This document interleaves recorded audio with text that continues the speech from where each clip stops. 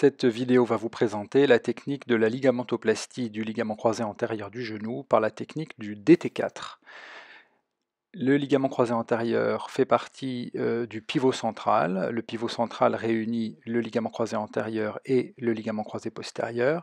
Ces deux ligaments relient le fémur et le tibia ensemble au centre de l'articulation du genou. Et comme schématisé ici, ce ligament croisé antérieur qui vous apparaît en couleur stabilise l'articulation en empêchant le tibia de se translater, de partir vers l'avant par rapport au fémur dans les gestes de la vie courante et dans l'activité sportive. Voici schématisé le ligament croisé antérieur normal entre le tibia et le fémur, et dans la cartouche en bas à droite, un aspect de rupture du ligament croisé antérieur après un traumatisme.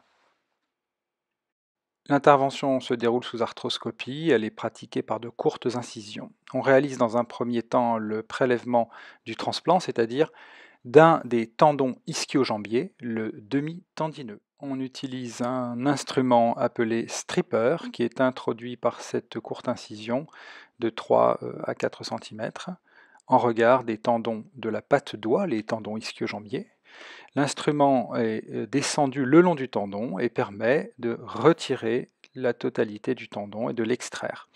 Il est ensuite soigneusement nettoyé et préparé afin de fabriquer le nouveau ligament croisé antérieur, de faire la plastie ligamentaire.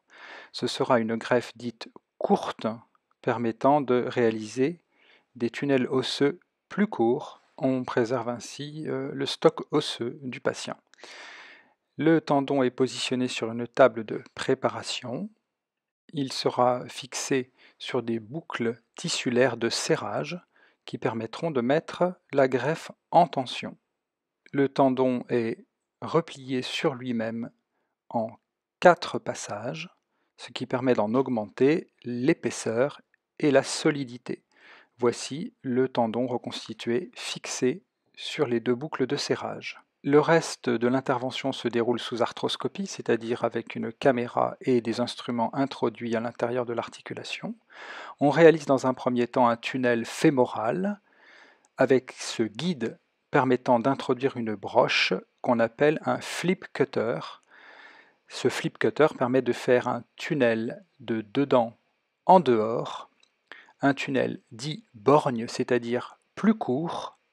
Ainsi, on préserve mieux le stock osseux du patient.